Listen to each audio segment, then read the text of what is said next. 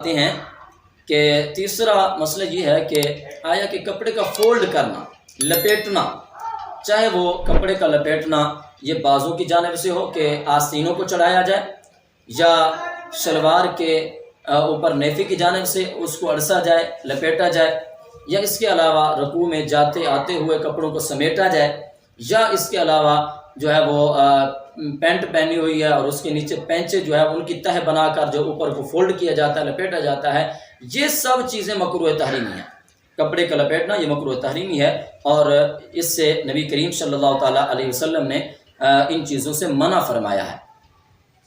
اب وہ حدیث مبارکہ کہ جس کے اندر اس چیز کو منع کیا گیا ہے، وہ صحیح مسلم کے اندر حدیث نمبر 1076 ہے کہ حضرت ابن عباس رضی اللہ تعالیٰ عنہما سے روایت ہے، فرماتے ہیں کہ امر النبی صلی اللہ تعالیٰ علیہ وسلم ان یسجد علی سبعۃ ونہا ان یکف شعرہ وثیابہ، کہ نبی کریم صلی اللہ تعالیٰ علیہ وسلم نے حکم ارشاد فرمایا کہ 7 ہڈیوں پر سجدہ کریں اور بالوں کو اور کپڑوں کو سمیٹنے سے منع فرمایا، کف ثوب سے منع فرمایا، کف شعر سے منع فرمایا۔ اور کف ثوب کا اطلاق کس چیز پر ہوتا ہے؟ تو اس کی وضاحت یہ ہے کہ کف ثوب کا اطلاق ہر اس کپڑے پر، چاہے وہ آستینوں کو جو ہے فولڈ کیا جائے، یا اس کے علاوہ شلوار کو فولڈ کیا جائے نیچے سے یا اوپر کی جانب سے، ایسا کرنا نماز میں مکروہ تحریمی ہے۔ اب ایک جانب آپ اندازہ لگائیں، ایک جانب شلوار کا ٹخنوں سے نیچے ہونا یہ بھی ٹھیک نہیں، شلوار کو فولڈ کرنا بھی ٹھیک نہیں ہے۔ اب اگر کوئی آدمی ایک مکروہ تحریمی سے بچتا ہے کہ میری شلوار ٹخنوں سے نیچے نہ ہو، تو دوسرے مکروہ تحریمی کا وہ ارتکاب کر رہا ہے، اس کو شلوار کو فولڈ کر رہا ہے، جبکہ یہ تو جائز ہی نہیں ہے۔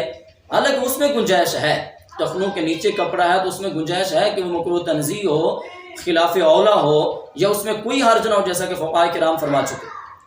لیکن کیونکہ اگر وہ تکبر کی بنا پر نہیں ہے تو اس میں کوئی حرج نہیں ہے، تکبر ہوگا تو تب وہ مکروہ تحریمی ہوگا۔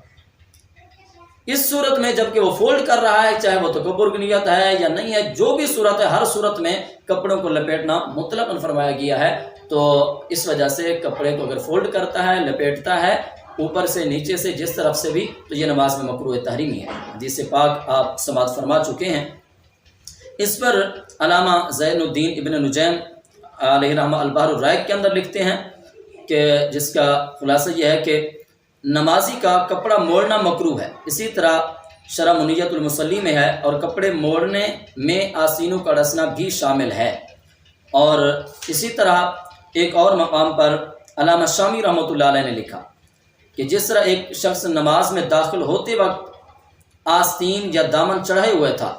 اس سے اس جانب اشارہ ہے کہ کراہت صرف اس صورت کے ساتھ خاص نہیں ہے کہ نماز کے اندر آستین چڑھائے تو تب مکروہ ہوگا، بلکہ اس صورت میں بھی ہے کہ اگر پہلے سے وضو کی خاطر یا کسی اور مقصد کے لیے، کام کاج کے لیے اس نے آستینیں چڑھائی ہوئی تھی، یا شلوار کو اوپر جو ہے اس نے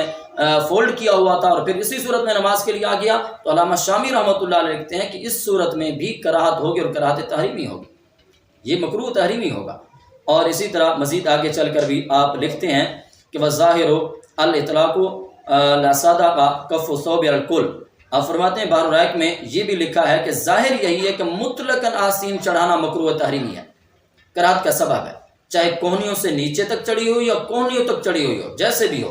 تو یہ کف ثوب کا اطلاق ہر صورت میں اس پر سچا آتا ہے۔ اور اسی طرح امام اہل سنت الشاہ امام احمد رضا فاضل بریلوی رحمۃ اللہ علیہ سے جب اس بارے میں مسئلہ پوچھا گیا کہ آستینیں کوہنی تک چڑھی ہوئی ہوں تو نماز پڑھنی کیسی ہے، تو آپ نے فرمایا نماز پڑھنی مکروہ ہے، تو اور سخت شدید مکروہ ہے، چاہے وہ آستین جو ہے وہ کوہنی تک چڑھی ہوئی ہو یا اس سے کم چڑھی ہوئی ہو، تو فرمایا کہ اس صورت میں نماز مکروہ ہے اور شدید مکروہ ہے، یعنی مکروہ تحریمی ہے۔ یہ چیز کتاب رضویہ شریف جلد 7 اور صفحہ نمبر 311 پر موجود ہے۔ تو یہ ہیں وہ دلائل جن کی بنا پر